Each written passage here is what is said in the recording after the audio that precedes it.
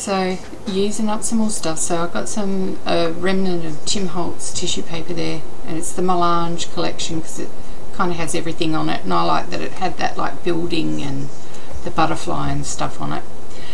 So I collaged that down, and then I went and found some paints, and I'm using kind of really muted dusky coloured paints, and the exception to that was the lilac poster paint, but as you can see it's very, very translucent, so it didn't come out nearly as lilac as I liked, so I added in a much deeper colour to get kind of what I liked. And I just painted all my excess off onto some circle stickers, so I'll eventually collage all them, and then I'll have awesome collage circle stickers.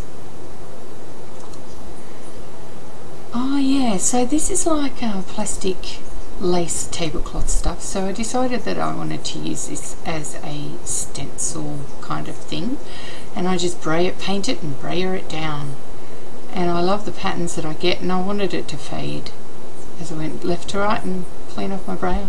I don't know what I'll do with that page, but who cares? It's a mash it up journal. So these are some of my digital borders, and I just decided that I had one little strip left. I think I actually printed those out. They're not the original ones. You can get them on my Etsy store, Missladypetal Creations on Etsy. I'll put the link up if you want any of those digital borders, but they were a whole set. Now this is a really old antique postcard from Germany, that my friend Letha gave me as part of a Christmas present, and I loved it so much I wanted to use it. That's why the lavender and green theme is going on here, and I really, really wanted to use that beautiful piece. So I had the idea to draw mushrooms.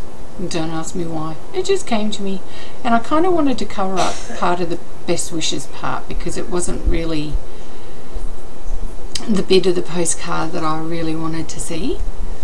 And I'm actually putting some clear gesso over these now because I want the surface to have some real tooth to it when I start shading those areas in and painting them. So I made sure, because they're particularly on that shiny surface of that postcard, you need the tooth, otherwise no media is going to stick to it. It's all going to be streaky and could scratch off. I've just gessoed over the clear gesso because I want to have a clear palette when I start applying some crayons and pencils and paints and stuff to these mushrooms. So I've got my trusty Nia colours out, and you can have a look at the palette.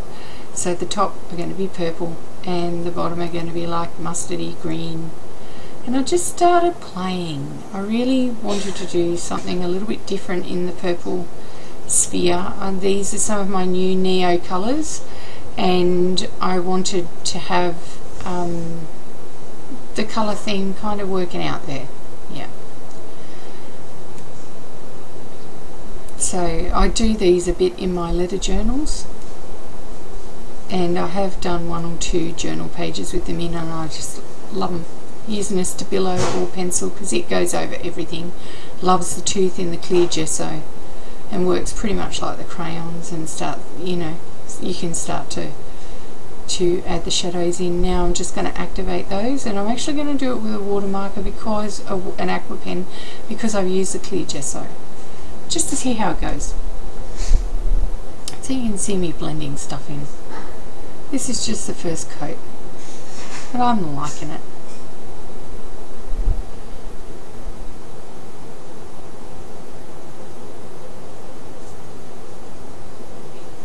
I like blending these stumps. They look much better wet and blended than they do when you just draw them in.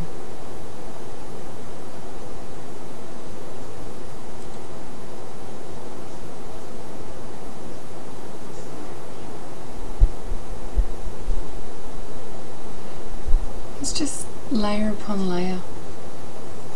I was very lazy. I didn't even wait until a lot of the layers were dry before I did the next one.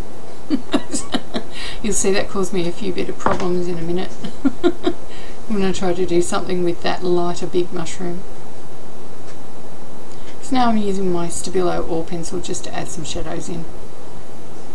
starting to add some definition to the page where the shadows would naturally fall if the light was coming from the top diagonal corner or from the right. And I'll start shading in all those areas. So you can't see a lot of that digital border now, but enough of it so that it almost looks like it's little bushes where coming up from in between where the mushrooms are. So enough that it gives interest. So now starting to get some real definition to the page. Pull the pencils out because I had an idea that I would use pencils over the top. And you can see I start to do this, and in the dark one it's working, in the light one I'm actually scratching the paint off. So I decided that I would coat it with clear gesso again, both of them again, just to give some more tooth and seal that layer underneath. Dry it off.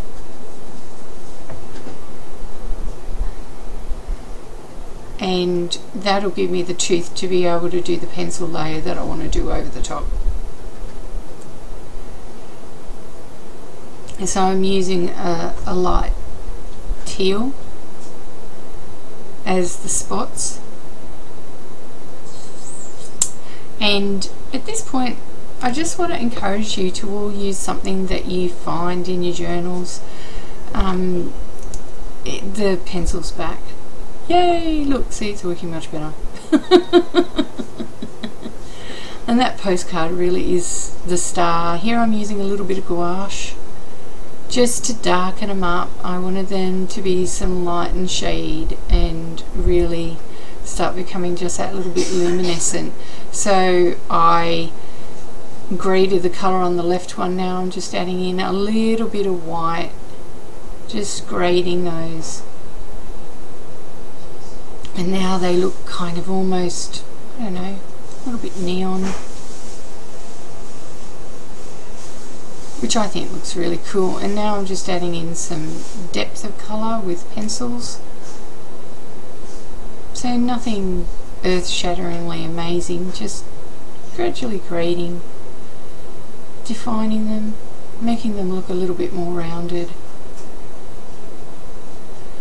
Adding some definition and some blending in. Love them, they look really cute. And some shade. Just, again, just blending those colours in with a few pencils. The thing I love about pencils, and this is a bright dark blue, is you can just really add those gentle definitions in. And I love the fact that you can do the pencils, you know, you can do marker pencils, crayon pencils, crayon markers, and I'm pulling out some black pip pens now, and I'm just going and smudging them because that's what the pip pens do. And I'm using a brush pip pen, and it just smudges, adds those natural smudges in before they dry. And a brush marker is about the only thing that's going to go over that surface. I'm just using a grey one here, and I'm writing in what came to me at the time, which is beauty can be seen if we take the time to look.